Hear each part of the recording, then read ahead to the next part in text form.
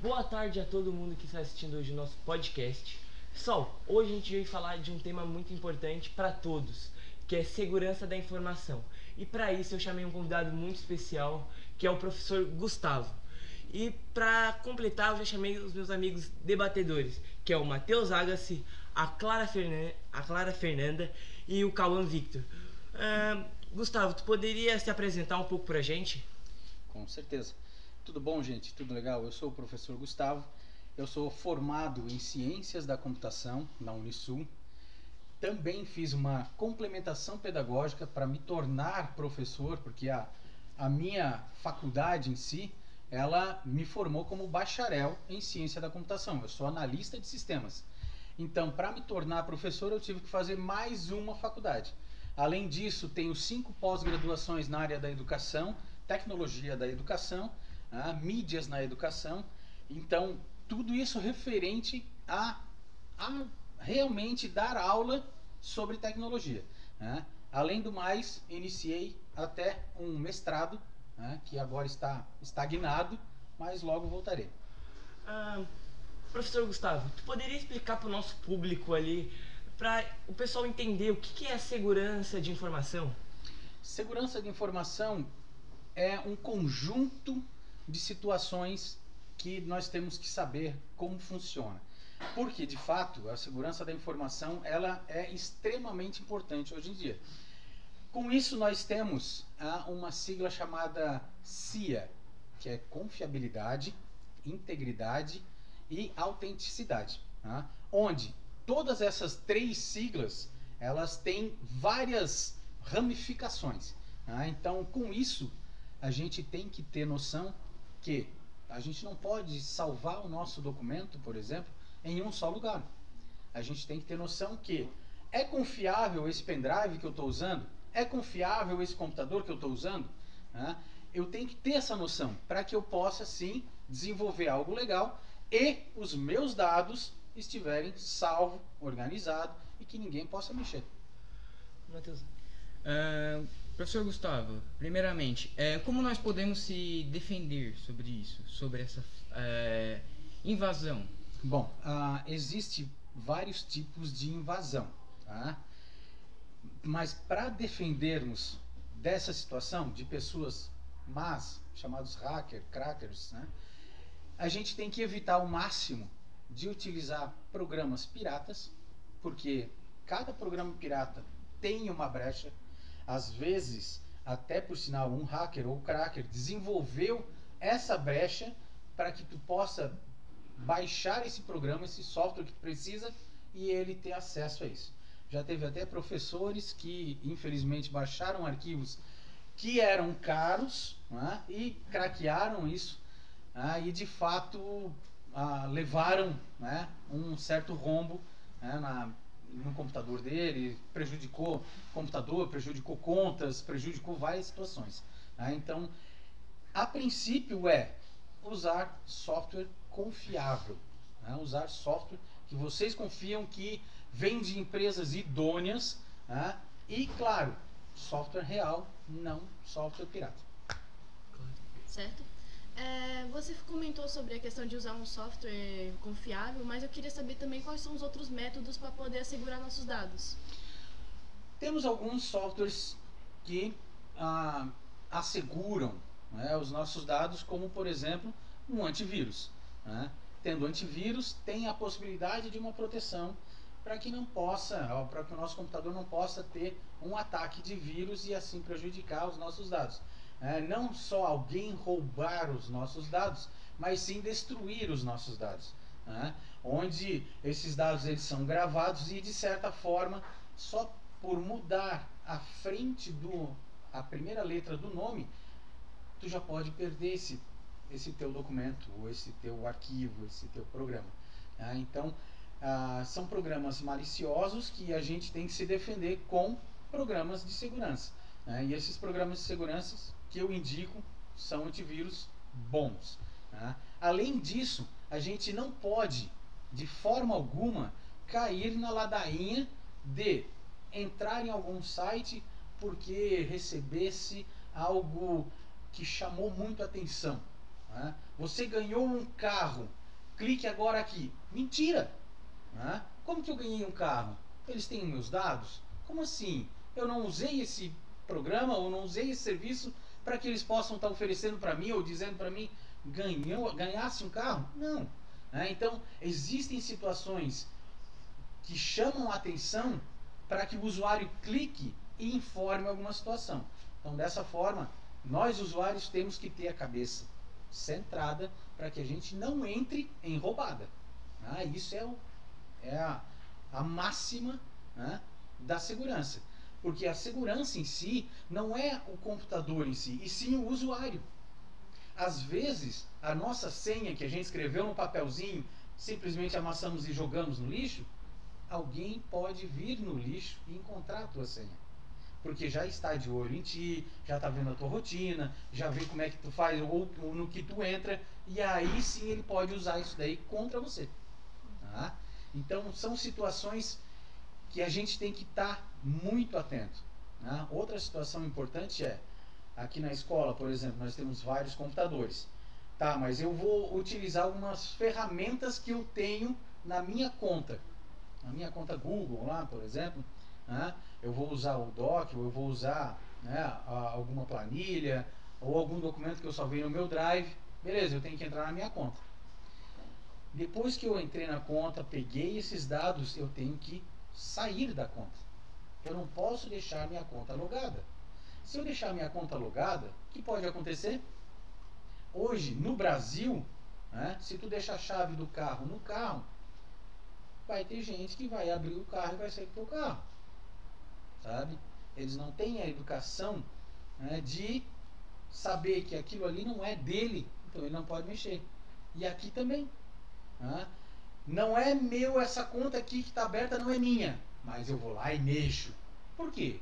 Curiosidade, ou infantilidade, né? Ou para brincar, para zoar.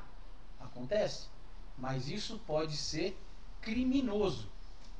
E isso pode gerar uma situação muito grave. Conselho tutelar, polícia, entre outras situações. Então, se vocês por acaso virem alguma conta logada num computador, desloguem, saiam dessa conta, para que vocês não se prejudiquem depois. Eu tenho uma pergunta. Você já cuidou de um vazamento de dados? Bom, existe sim várias situações de vazamento de dados que já ocorreram na minha vida. Eu não tenho assim uma vivência muito em empresa. Eu trabalhei já em empresas, como desenvolvedor, como assistente de banco de dados, beleza. Mas nisso eu não convivi com nenhum tipo de vazamento de dados nessas empresas. Mas na minha vida em si, vida particular, o meu computador e tal, infelizmente eu caí numa daquelas situações que eu disse para vocês, que foi muito chamariz, foi algo que eu estava querendo comprar e apareceu para mim, e aí eu entrei para ver e aí vazou alguns documentos meus. Aí eu tive que ir atrás, tive que fazer boletim de ocorrência, tive que bloquear essas situações, e me proteger para que não usem ou não usassem o meu CPF, o meu documento em si. Professor Gustavo, hoje, principalmente a geração de hoje em dia é muito acostumada com a tecnologia, né? E mesmo assim cai nesse tipo de golpes. Como é que a gente pode orientar, principalmente o pessoal de casa que está assistindo, as pessoas mais velhas, né? Que são de uma outra geração que não são acostumadas muito com os computadores ou com a tecnologia? O principal é educar os nossos pais ou os nossos avós a não cair nesse chamariz. Porque às vezes eles olham assim, por exemplo, até aconteceu com o meu pai. Ele estava vendo pneu, por exemplo, pneu de carro, o pneu do carro dele é um pneu relativamente grande e é caro, em torno de R$390, R$400. Apareceu pneu, com a mesma especificação do pneu, com o nome da loja confiável e tudo mais, mas muito mais barato. E aí ele mandou para mim o print da tela e disse, Guga, dá uma olhada aqui nisso daqui para ver se é real, tal, não sei o que. E na verdade, aquela foto do pneu que estava, os 4 pneus eram R$ 600, né? E na realidade ele ia dar R$ 1.400, quase R$ 1.400. Ele, eu posso comprar esse aqui? Não, não pode. Mas por que? Se é dessa loja tal, né? E falou o nome lá do supermercado grandão que tem lá no Paraná, e que é confiável, mas na verdade não era o mercado. Aí eu entrei no mercado, vi qual é que era, e o preço era o que a gente estava dizendo, quase 400, R$ 420, 425, alguma coisa assim. E não ia ser 600 pila 4 pneus, de jeito maneira. Então dessa forma a gente tem que instruir para que eles não caiam nessa. Muito barato, uma coisa muito chamativa, algo que a gente tem que estar sempre com o pé atrás. Algo que chame muito a atenção, não entre. Tá? Não entre porque eles vão pedir os dados, eles vão fazer várias situações, então não entre. Isso é o que há de mais importante. Ô Guga, mudando um pouco de assunto e trazendo mais do lado das celebridades ou vida pessoal, pode me contar um caso que aconteceu com algum famoso ou com alguém de mais íntimo que houve vazamentos por causa da segurança de informações? O que acontece? Nós da área de informática temos que trabalhar muito com ética, respeito, tá? E isso tudo acontece nas costas das pessoas. Eu tenho ética, eu não vou falar mal de ti nas tuas costas, tá? Eu tenho respeito aqui na frente, mas nas costas, né? Por trás, como é que é? Então assim, nós técnicos de informática aqui, nós temos que ter respeito e ética. Por quê? Se uma pessoa deu um notebook para te arrumar, tu vai ver o notebook para ver se tem dados para salvar. Não é para ti ficar com ele. São dados do teu cliente. Então isso é impossível de tu ter ele em mãos. Tu vai salvar esses dados em um local para que tu possa trabalhar, formatar, arrumar o computador, e depois esses dados vão sair do teu backup, vão para o computador do teu cliente e deu. Tu não tens mais, tu apagou isso daqui, tu botou tudo lá. Aconteceu sim, um tempo atrás, uma famosa, que foi mandar um computador para arrumar, né? E aí um técnico de uma tal empresa pegou isso daí e jogou, no ventilador as fotos e vídeos e tal, e isso começou a se organizar uma lei logo depois que aconteceu isso. Então surgiu a lei Carolina Dickmann, onde coíbe e como é que eu vou dizer, e criminaliza essa situação de tu pegar esses dados que não são teus e utilizar, porque esse cara pode ter pego, pode ter vendido para uma revista, pode ter ganho dinheiro em cima das fotos do teu cliente. E aí? Não, né, cara? Isso jamais.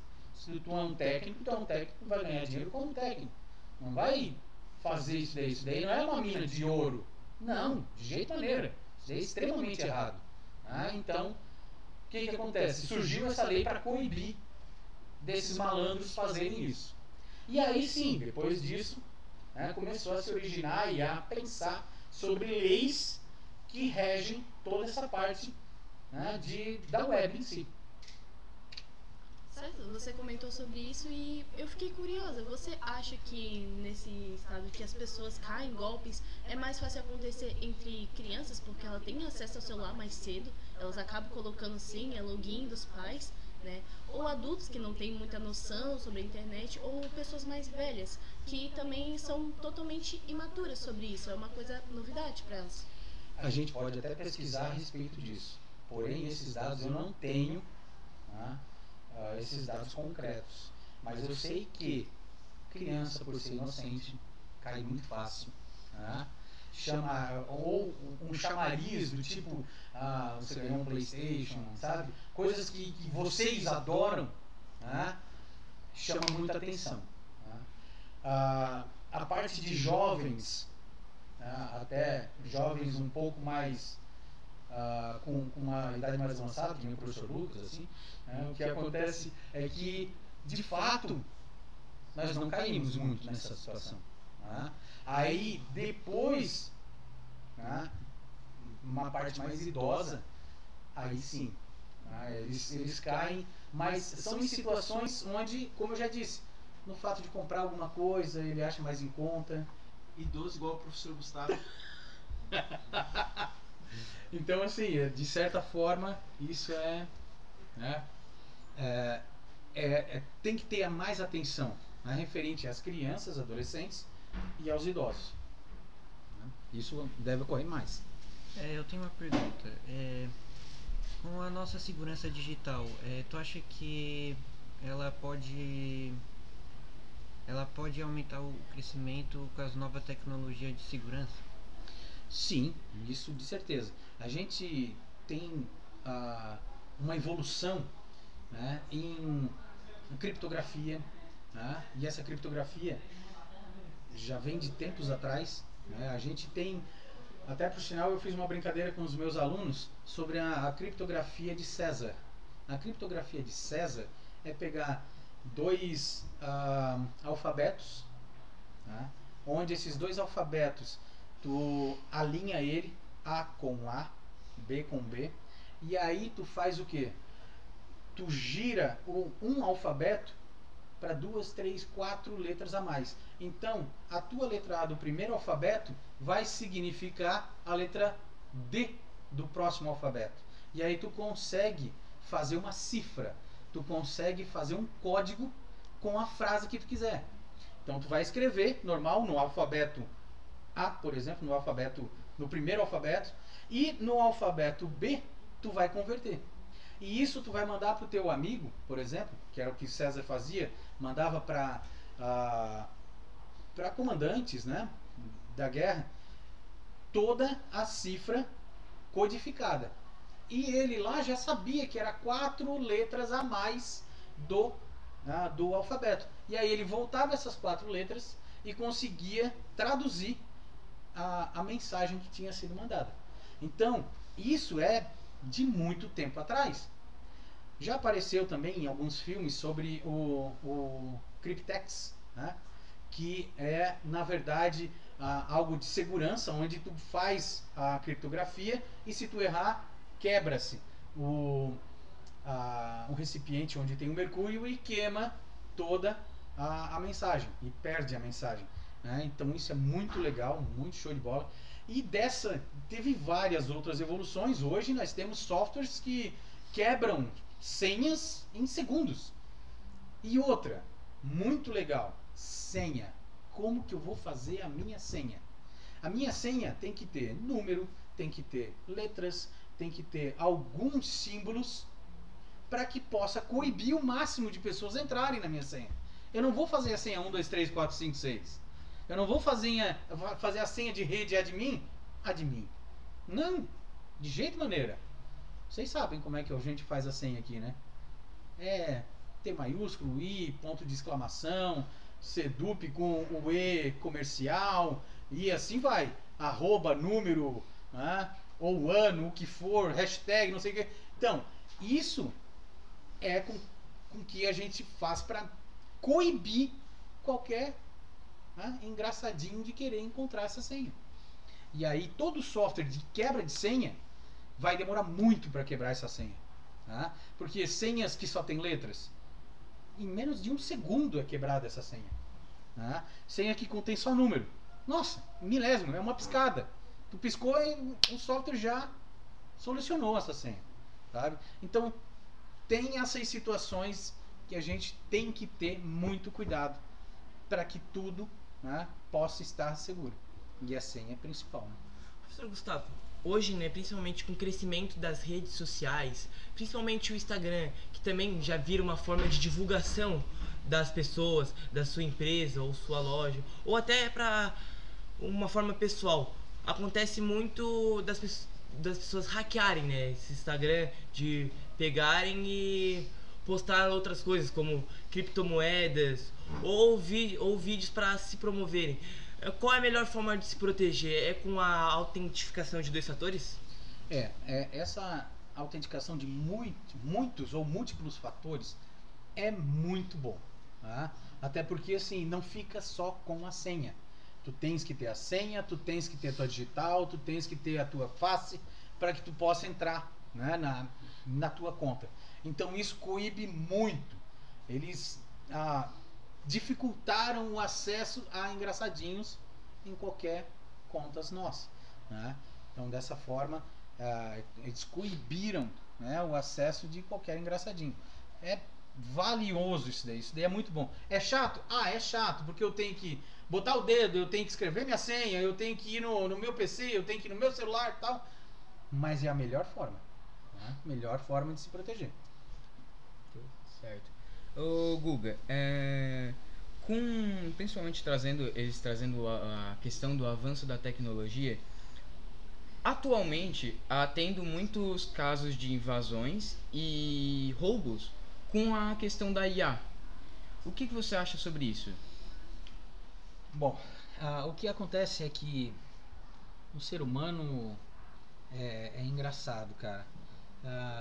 Existem pessoas que gostam de estar sacaneando outra por sacanear, simplesmente, né, para ver se consegue ou coisa do tipo. Essa situação, utilizando a IA, né, é preocupante, né, porque de fato existem IAs que fazem os códigos mirabolantes que a gente, né, poderia demorar 2 horas, 20 horas para desenvolver, e ela faz num piscar de olhos, né? Então, de certa forma, utilizar isso daí para má fé já não é minha praia, né? Já é falta de ética, falta de respeito, e isso é complicado, cara. Então, né, seria bem legal se a gente tivesse a polícia bem equipada, bem armada, né, para que pudesse sim estar desenvolvendo uma proteção e até mesmo atuando virtualmente para que coibisse isso daí. Então, pessoal, eu quero agradecer a todo mundo que assistiu o nosso podcast, principalmente ao professor Gustavo. Professor Gustavo, tu tem algum recado final aí para dar pra gente? Bom, pessoal, além das dicas que foram dadas, né, tome muito cuidado ao acessar qualquer coisa, né? Pode ser um Instagram de alguém, pode ser uma propaganda, né, que for. Então, assim, tomem muito cuidado, tá? Porque isso de fato é extremamente importante da gente se cuidar, beleza? É isso, pessoal. Quero agradecer a Clara, o Cauã e o Matheus Agassi, e principalmente o pessoal da produção. Obrigado. Valeu! Acabou a bateria.